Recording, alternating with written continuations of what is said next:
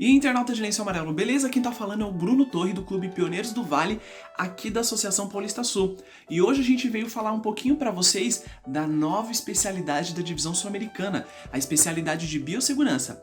Mas olha só, esse conteúdo é um conteúdo compacto para te ajudar no direcionamento da especialidade. A gente sempre incentiva você, desbravador, você desbravadora, a fazer a sua pesquisa. Agora, nesse primeiro requisito, a gente vai entender um pouquinho alguns itens. Por exemplo, o que são aerossóis? São pequenas partículas sólidas ou líquidas suspensas no ar. Elas podem vir de fontes naturais ou não. Agentes de risco, por exemplo, são formas de energia expostas ao trabalhador. Eu vou dar um exemplo de quem trabalha numa oficina de costura, por exemplo, que tem diversas máquinas fazendo barulho. Para não prejudicar o ouvido, eles utilizam o EPI, que é um protetor auricular. Assim, protege o ouvido desses ruídos. Então, o ruído, por exemplo, é um agente de risco. Biossegurança, por exemplo, que é o assunto dessa especialidade, é um conjunto de ações voltadas para proteção, ou diminuição de riscos de algum paciente ou um trabalhador. Então, vou dar um exemplo de uma biossegurança, que é uma ação de prevenção, de proteção, que é a quarentena que estamos vivendo agora no começo de 2020. Então, o fato de você se preservar no seu lar é uma biossegurança. Assim você protege as pessoas e diminui o risco de contágio. Então, é uma forma de biossegurança. Material biológico, eu vou dar um exemplo de fluidos corporais, como por exemplo sangue, saliva, enfim, é uma espécie de fluidos corporais e por isso tem que tomar muito cuidado, tem que ter um descarte específico para que se aquela pessoa, aquele fluido estiver contaminado, possa proteger quem estiver manuseando. Agora a gente vai entender um pouquinho a diferença de acidente e incidente. Os dois são atos inesperados, aquilo que você não está esperando. Só que imagina assim, um trabalhador está carregando uma caixa, essa caixa cai. O que acontece? Se ela quebra e machuca alguém, por exemplo, aquilo é um acidente. Agora simplesmente cai, não acontece nenhum dano material ou físico, aquilo é um incidente. Um exemplo de um acidente químico, por exemplo, foi a usina de Chernobyl, onde aquela explosão, que não foi esperada, trouxe um grande dano. Finalizando esse requisito, a gente vai entender um pouquinho sobre o que é patogênico e é muito simples. Patogênico é aquilo que pode ocasionar uma doença. Então, toda vez que você ouvir falar em algo, um agente, por exemplo, patogênico, é aquilo que pode ocasionar uma doença. Beleza? Agora, para o próximo requisito, eu vou chamar a Pamela. Vem cá, Pamela. E aí, galera, beleza? Bom, eu vou falar um pouquinho sobre EPIs. EPIs são equipamentos de proteção individual. Várias pessoas utilizam desses equipamentos individuais porque ele é próprio para quando a pessoa estiver correndo risco de vida. Então, alguns exemplos é tipo em obras, quando usam capacetes, os bombeiros que usam toda aquela roupa, mas especificamente em hospitais que os médicos e quem trabalha em hospital usa são as máscaras, jaleco, botas, as luvas e avental e esse tipo de equipamento. Agora eu vou chamar a Carol para falar sobre o próximo requisito. Alô? Pandemia. Vamos falar um pouquinho dessas palavras agora? Elas são termos usados para classificar a distribuição de uma doença na população ou na área atingida. Por exemplo, se a gente tiver uma determinada doença dentro de um hospital, a gente vai ter um surto, porque aquela é uma região limitada. Mas se essa mesma doença se espalhar para fora do hospital, atingindo cidades inteiras e países num número maior do que o esperado, a gente vai ter uma epidemia. Se essa mesma epidemia se espalhar entre vários continentes e tiver casos dessa doença em todo o planeta, a gente tem uma pandemia. Já a endemia, por sua vez, ela vai ser uma doença típica de uma região ou de uma população. Por exemplo, no norte do Brasil, a febre amarela é uma doença endêmica, porque o clima da região propicia que a febre amarela ocorra com frequência. E agora eu vou chamar a Yasmin para falar o que a gente pode fazer nessas situações. Para se prevenir, você tem que lavar a mão frequentemente por apenas 20 segundos com água e sabão ou higienizá-las com álcool em gel 70%, que é o indicado. Ao tossir ou espirrar, cobrir o nariz e a boca com um lenço ou com o antebraço. Evitar o contato próximo, pelo menos 1 metro de distância. Ficar em casa em isolamento e, se você morar junto com alguém, ficar 1 metro de distância longe se ela demonstrar os sintomas. Você não deve tocar os olhos, o rosto, com as mãos sujas e não deve compartilhar os objetos pessoais. Gente, o coronavírus não é brincadeira, se previna. Meu nome é Ana Clara e hoje eu vim falar sobre a diferença entre quarentena e isolamento. São 2 palavras que a gente está escutando bastante, né? Então, isolamento é quando a pessoa já está contaminada e aí ela fica isolada, podendo usar assim roupas e objetos pessoais que só ela pode ter aquele contato. Isso acontece quando você já está contaminado, quando você pega o Covid-19 e vai para o hospital e aí você fica isolado. A quarentena é quando as pessoas ficam em casa para se guardar daquelas que já estão contaminadas e assim não propagar essa doença. E agora eu vou chamar o Ed para falar do próximo requisito.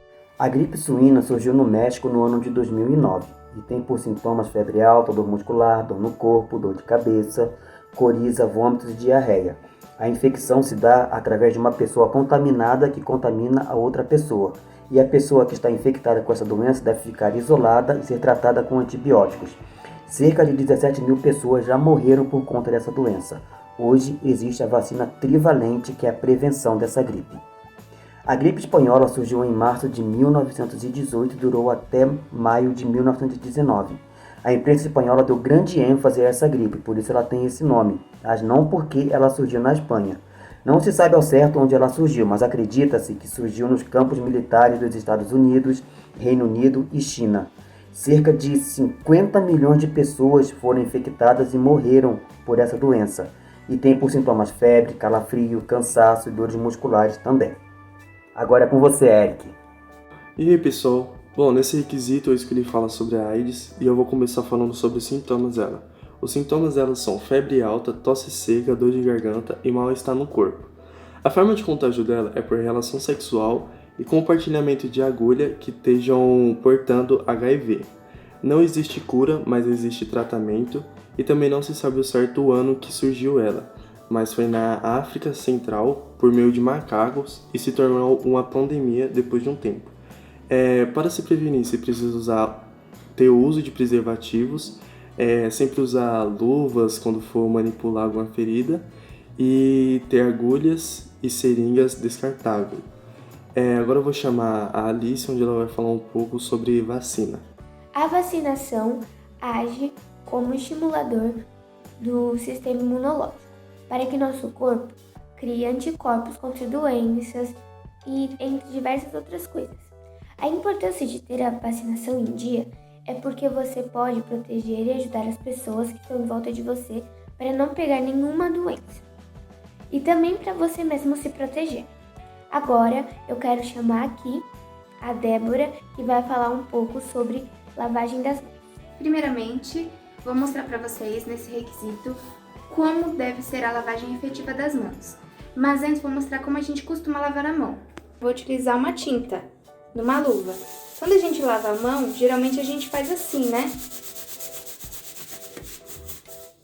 Quando a gente faz isso, somente essa parte fica lavada. Entre os dedos, pouco é lavado e a superfície da mão, nada. Eu vou mostrar pra vocês como é a lavagem efetiva das mãos para matar todos os vírus e bactérias. Primeiro você vai lavar a palma da mão comum, depois você vai lavar entre os seus dedos, depois na parte superior.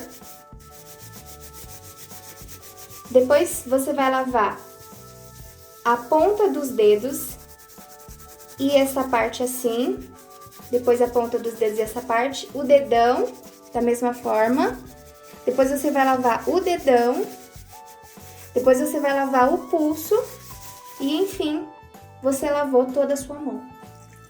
Depois de você lavar suas mãos, os vírus e as bactérias vão sair. Alguns vão sair pelo ralo, outros podem ser que continuem na sua mão. E para você secar suas mãos, se você secar numa toalha como essa daqui, que é usada várias vezes ao dia, os vírus e bactérias vão ficar grudados aqui e eles podem sobreviver por horas e até dias. Se você faz isso com um papel descartável, você simplesmente transfere todos os vírus e bactérias da sua mão direto para o lixo. Agora eu vou chamar a Samara para explicar a próxima parte da especialidade. Oi gente, tudo bem? Vocês sabem por que é importante usar o álcool 70% e não outros tipos de álcool? Vou falar aqui pra vocês. Se vocês fossem usar um álcool, por exemplo, 100%, não ia nem dar tempo dele matar os vírus e bactérias que tem na sua mão, porque ele ia evaporar muito rápido. Então o mais ideal é o álcool 70% e lembrando que é em gel, hein? Porque líquido, ele pode derramar, pode espalhar na sua mão e vai ficar bem mais difícil de você utilizar. Vamos lá para uma demonstração rápida de como usar? Você coloca na mão, aqui, ó, espalha na sua mão, em cima, entre os dedos, fazendo círculozinho na palma da mão, assim, abraçando seus dedos e o polegar também, não pode esquecer. E até também aqui no antebraço. Agora eu vou chamar a Belly. Sabe naquela hora que você quer espirrar, mas você não pode aprender a espirrar e tem que espirrar? Então, vamos evitar contaminar outras pessoas. Então você pode espirrar aqui, ó, no seu braço, dentro da sua própria camiseta também. E também você pode fazer o quê? Você pode usar um lencinho para espirrar, mas após o uso dele você tem que jogar no lixo, porque ele pode estar contaminado. Então também lave suas mãos após o uso desse lencinho e também é importante que você não toque em outros locais para que evite contaminações e passar aquelas secreções e saliva para aquele lugar. Então foi isso, agora eu vou passar para a Raíssa. Vamos falar sobre Mateus 24. O que seria esse capítulo? Ele fala muito sobre os sinais da volta de Jesus, onde dele seria as pestes. O que seria as pestes? Doenças, uma coisa que realmente a gente está vendo agora atualmente. Também na Bíblia fala sobre essas pestes em Lucas 21:11, onde eu vou ler para vocês. Haverá grandes terremotos, epidemias e fomes em vários lugares, coisas espantosas e também grandes sinais do céu. Então vemos aqui epidemias que Deus já fala que haverá esses sinais para quando tiver a volta de Jesus. Então já vemos que realmente alguns sinais que Deus está voltando. Nós devemos ficar espantados do que devemos fazer. Deus também fala sobre isso em Josué 1:9. Não te mandei eu ser forte e corajoso? Não temas, nem te espantes, porque o Senhor, teu Deus, é contigo por onde quer que andes. Então, independente do que acontecer nesses dias sobre coronavírus, doenças ou outros sinais, não esqueça que Deus sempre estará com vocês, tá bom? Espero que tenha gostado. Agora teremos a tia Clarice. Vamos ao nosso último requisito. O que vai acontecer com os doentes na volta de Jesus? Em 1 Coríntios 15, do versículo 51 ao 55, diz que é necessário que esse corpo corruptível se revista da incorruptibilidade e que esse corpo mortal se revista da imortalidade, e aí tragada será a morte pela vitória.